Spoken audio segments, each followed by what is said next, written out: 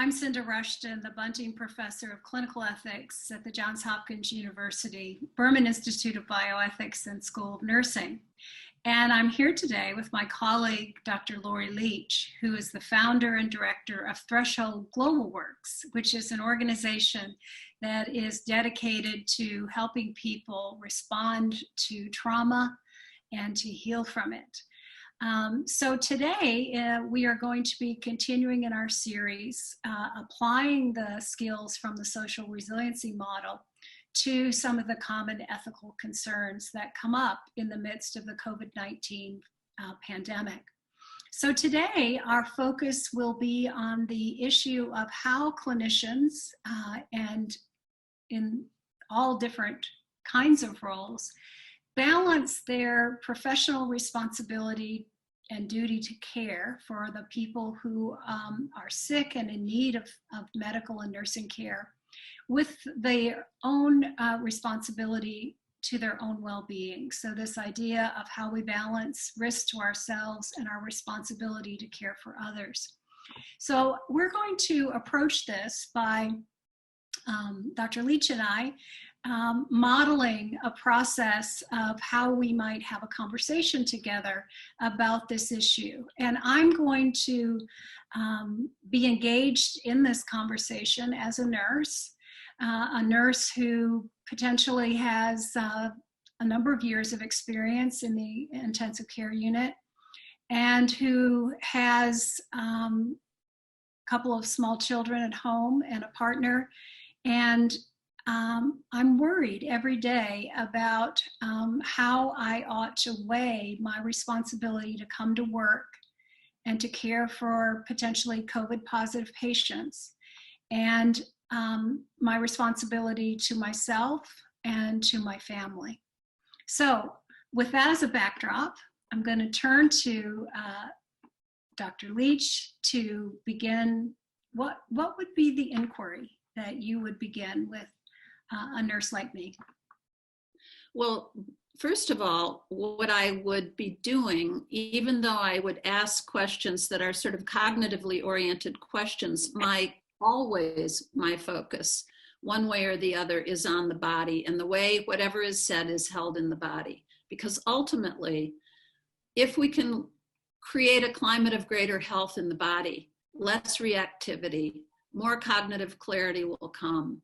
And people can make decisions in their own behalf that are grounded and not reactive, including these huge decisions of where do I stay in nursing in this case or not? And so the first question I would just ask is an open-ended one, which is, Cynda, I know that you've been in a real deliberation lately about the whole risk that you take on with your responsibilities in this important time of the pandemic. And so I'm interested in hearing a little bit about what's going on for you, knowing that I may interrupt you and ask a question to shift your attention somewhere, not because I don't want to hear the whole thing, but just because it can be a way of staying in balance as you tell me. So I'm really feeling a lot of worry about this is not the usual business as usual that we're in, and I've never had to confront this level of risk in doing my job as a nurse, and so I'm really feeling the burden of trying to figure out, should I come to work every day or not? And you know, I'm not a quitter, so this is really a hard decision because I love my profession. And so just having told me this much, do you notice any particular thing inside if you sort of track yourself using that sensory tracking we've talked about? Well, what I notice is that as I talk about this tension, I feel my chest really begin to tighten up and really my breathing feels much more constricted and hard to really take a big deep breath right now. Yeah. Okay. And so would it be okay for just a minute to shift to something else I'm curious about, and then we'll come back to the dilemma. But if you were to tell me a little bit about what brought you into nursing. So, and I want to talk to the people listening that that's not an effort to shut her down as much as to help her stay in balance as she talks about this, and it'll help her in her decision making ultimately. So to take her back into something that may bring on more calming sensations in the body. And so can you say a little bit about that whole, what made you decide on nursing, and over the years, have there been any kind of peaks for you where you nodded and you said, this is why I got into nursing? Well, you know, nursing was, I don't know if you choose nursing or if it chooses you, but I feel like I knew I was going to be a nurse from the time I was probably 12. So, you know, it's been an incredible career, and one that I feel so privileged to have had the opportunities, you know, to really help people through hard times. And what is one of those times that sort of said to you, this is why that 12-year-old girl wanted to be a nurse? Can you think of a specific? I'm sure there are many, but. Well, there are many. I think one that stands out, my background is in pediatrics. And so I remember very vividly a little baby that was born with a congenital problem in the gut that left him with ultimately liver failure. And I took care of him for many, many months while he was in the hospital. And eventually he was able to go home, not for a long time. He died very young. But I remember going into his room and seeing him in the morning and working with his family and helping them to actually make the transition from home, and seeing the joy on their face, and also the way in which I was able to reassure his family that he wasn't alone when they weren't able to be there. Mm.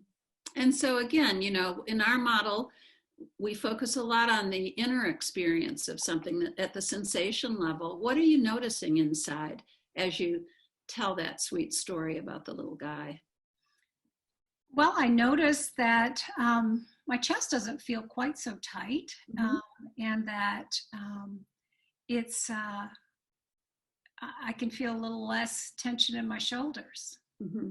And I noticed on your face, as you were telling the story, I don't know if you were aware of tension in your jaw, but I could see that it looked like there was some of that, and now your face looks quite different. So this is an example of how our bodies are primed for resilience. And if we can also look at things that are also true, as we tell a story about the difficulty of making these huge decisions, we can at least help the decisions get made within this climate of balance in the body. And so just notice the change, Cynda. Just notice what happened in your chest. And how about your breathing? You had said before it was a little hard to breathe. Yeah, it feels a little smoother. A little smoother. Yeah. Okay. And so do you want to go back then and say a little bit more about this whole challenge that you're feeling? Yeah, I think the challenge for me is how much risk should I take on, and how much risk is reasonable. I don't feel like I can necessarily be a martyr right now. Mm-hmm. Mm-hmm. And I feel a little guilty about that. What are the kinds of things that you are doing to protect yourself as best you can, and to protect your family? Because you said you have 2 little kids. What do you do that helps you feel like, well, I'm doing as much as I can? Well, do you feel that way? Do you feel like you're doing as much as you could? Um, well, I think I've changed my behavior a lot. Now I leave my scrubs and shoes at work. I don't bring them home. I go immediately to the shower when I come home, and I rinse off all of the residue of the day. That's a whole new thing that I've never done before. I'm much more aware of obviously washing my hands and those sorts of things. Even just saying this much about what you're doing, what do you notice inside? Again, so that when we're doing a sort of session with somebody or being able to really be present to their story, we shift the story between the hard part of the story and the part of the story that brings a little bit more stability. And then we go back and forth that way to maintain this nervous system balance where there's a gentle rhythm and decisions can be made in that place in a much more reasoned way. But this is not about, I'm not going to give her a pep talk about what a good nurse she's been. That's not my focus. My focus is on how can I help her tell the story of her dilemma in a way that brings her into a kind of nervous system balance and a brain-body balance where she can think in that slow system of processing that we talked about in the last session. She has all of her cognitive skills available to her. And so what do you notice right now in your body as you talk about all the things that you're doing that are some of which are new for you?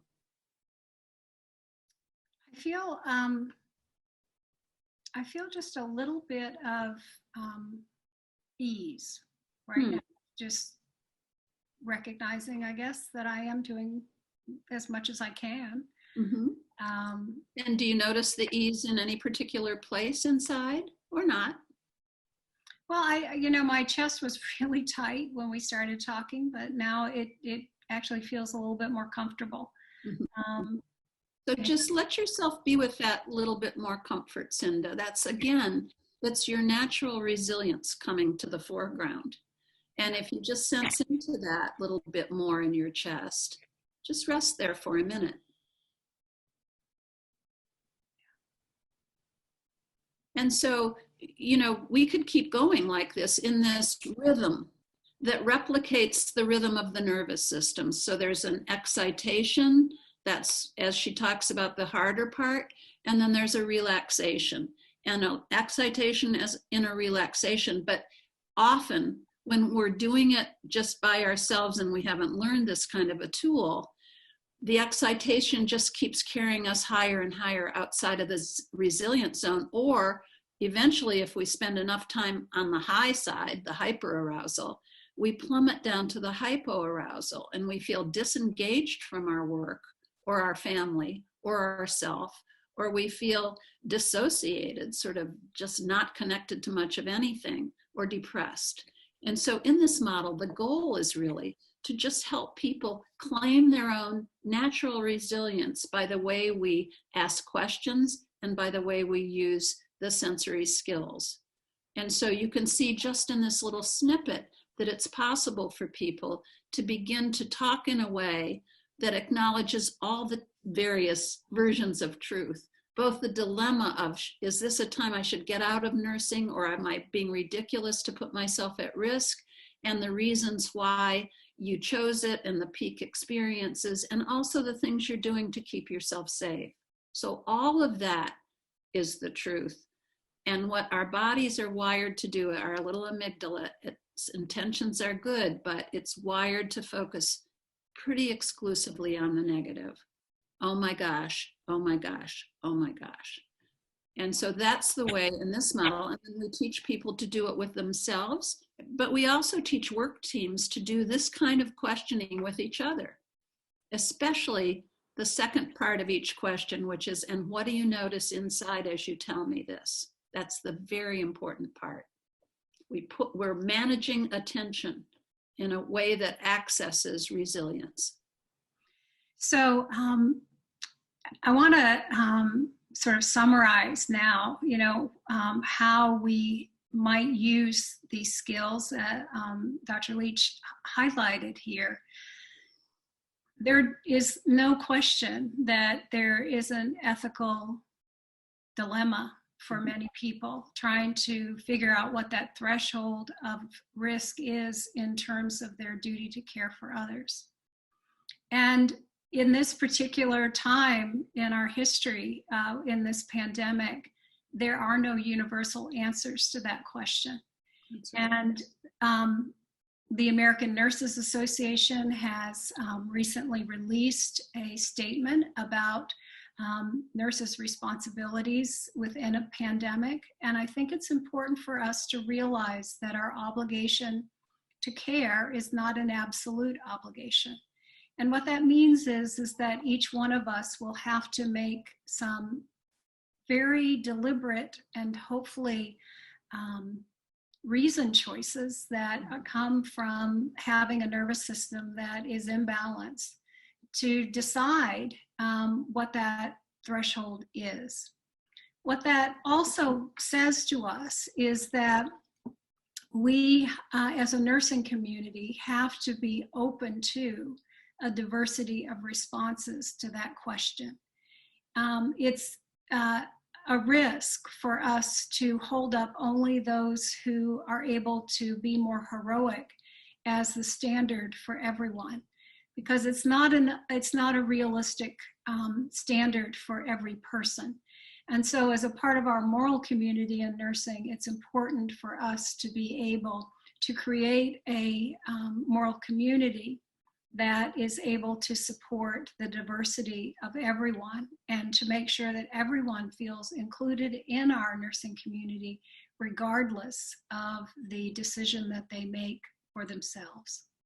So I want to thank you for being part of this segment today, and our deep gratitude for all that you are doing every day to keep all of us healthy and safe, and also the burden that you carry as a healthcare professional to continue to show up day after day in the midst of these very rapidly changing and uncertain times. So thank you.